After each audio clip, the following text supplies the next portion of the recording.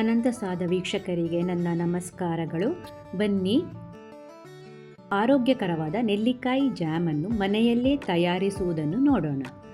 ಇದು ಪ್ರಿಸರ್ವೇಟಿವ್ ಇಲ್ಲದೆ ತಯಾರಿಸುವ ಸರಳವಾದ ರೆಸಿಪಿ. ನೆಲ್ಲಿಕಾಯಿ ವಿಟಮಿನ್ ಸಿ ತುಂಬಿರುವುದರಿಂದ ರೋಗ ನಿರೋಧಕ ಶಕ್ತಿಗೆ ತುಂಬನೇ ಒಳ್ಳೆಯದು. ಬನ್ನಿ, ಮೊದಲಿಗೆ ನೆಲ್ಲಿಕಾಯಿಯನ್ನು ತೊಳೆದು ಚೆನ್ನಾಗಿ ಒರೆಸ್ಕೋಬೇಕು. ಅದು ಒರೆಸಿದ ನಂತರ ಅದನ್ನು ಸ್ಟೀಮರ್ನಲ್ಲಿಟ್ಟು ಬೇಯಿಸ್ಕೋಬೇಕು. ಒಂದು 10ರಿಂದ 15 ನಿಮಿಷದಷ್ಟು ಬೇಯಿಸ್ಕೋಬೇಕು. ಬೇಯಿಸಿದ ನಂತರ ಅದು ಸ್ವಲ್ಪ ಮೆತ್ತಗಾಗಿರುತ್ತೆ. ಚೆನ್ನಾಗಿ ಮೆತ್ತಗಾದ್ರೇ ಒಳ್ಳೆಯದು.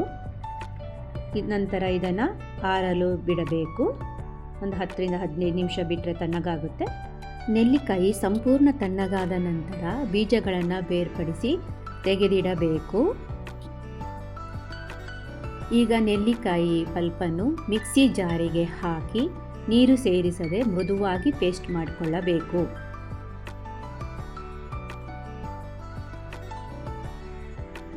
ಹೀಗೆ ಮೃದುವಾಗಿ ಪೇಸ್ಟ್ ಮಾಡಿಕೊಳ್ಳಿ. ಈಗ ಒಂದು ದಪ್ಪ ತಳದ ಪಾತ್ರೆಯನ್ನು ಇಟ್ಟು ಬಿಸಿ ಮಾಡಿಕೊಳ್ಳಿ. ಅದಕ್ಕೆ ಈ ಪೇಸ್ಟನ್ನು ಹಾಕಿ ನಂತರ ಅದಕ್ಕೆ 2ರಿಂದ 2.5 ಕಪ್ಪಿನಷ್ಟು ಬೆಲ್ಲದ ಪೌಡರನ್ನು ಹಾಕಬೇಕು. ನಂತರ ಇದನ್ನು ನಿಧಾನವಾಗಿ ಮಗುಚುತ್ತಾ ಬರಬೇಕು. ಹೀಗೆ ಜಾಮು ಗಟ್ಟಿಯಾಗುವವರೆಗೂ ಕಲಸುತ್ತಾ ಬರಬೇಕು. ಒಂದು 5 ನಿಮಿಷ ಕಲಸುತ್ತಾ ಬಂದ ಮೇಲೆ ಅದರ ಬಣ್ಣ ಈ ಥರ ಚೇಂಜ್ ಆಗುತ್ತದೆ. ಇಲ್ಲಿ ನೀವು ಏಲಕ್ಕಿ ಪುಡಿ, ಸ್ವಲ್ಪ ಉಪ್ಪನ್ನ ಸೇರಿಸ್ಕೋಬೋದು. ನಾನು ಸೇರಿಸ್ಕೊಂಡಿಲ್ಲ.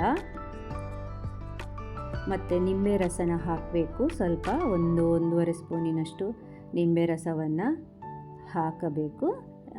ಒಂದು 2 ನಿಮಿಷ ಚೆನ್ನಾಗಿ ಮಿಕ್ಸ್ ಮಾಡಿ. ನೋಡಿ ವೀಕ್ಷಕರೇ, ಈಗ ರುಚಿಯಾದ ಜಾಮ್ ರೆಡಿಯಾಗಿದೆ.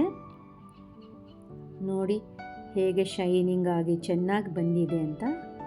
ನೀವು ಮನೆಯಲ್ಲೇ ಆರಾಮವಾಗಿ ಇದನ್ನು ಮಾಡ್ಕೋಬಹುದು. ಹೀಗೇ ಸಂಪೂರ್ಣವಾಗಿ ಆರಿದ ಮೇಲೆ ಜಾರಿನಲ್ಲಿ ಹಾಕಿ ಇದನ್ನು ತೆಗೆದಿಡಿ.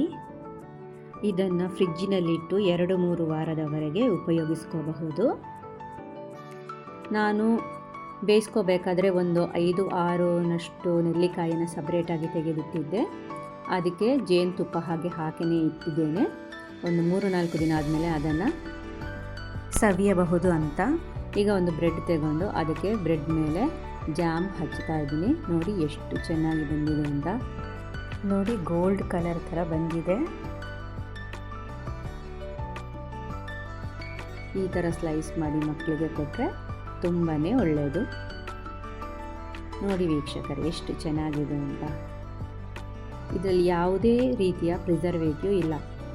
ಈ ಆರೋಗ್ಯಕರ ರೆಸಿಪಿ ನಿಮಗೆ ಇಷ್ಟವಾದರೆ ಪ್ಲೀಸ್ ಲೈಕ್, ಶೇರ್ ಮತ್ತು ಸಬ್ಸ್ಕ್ರೈಬ್ ಮಾಡಿ. ಧನ್ಯವಾದಗಳು.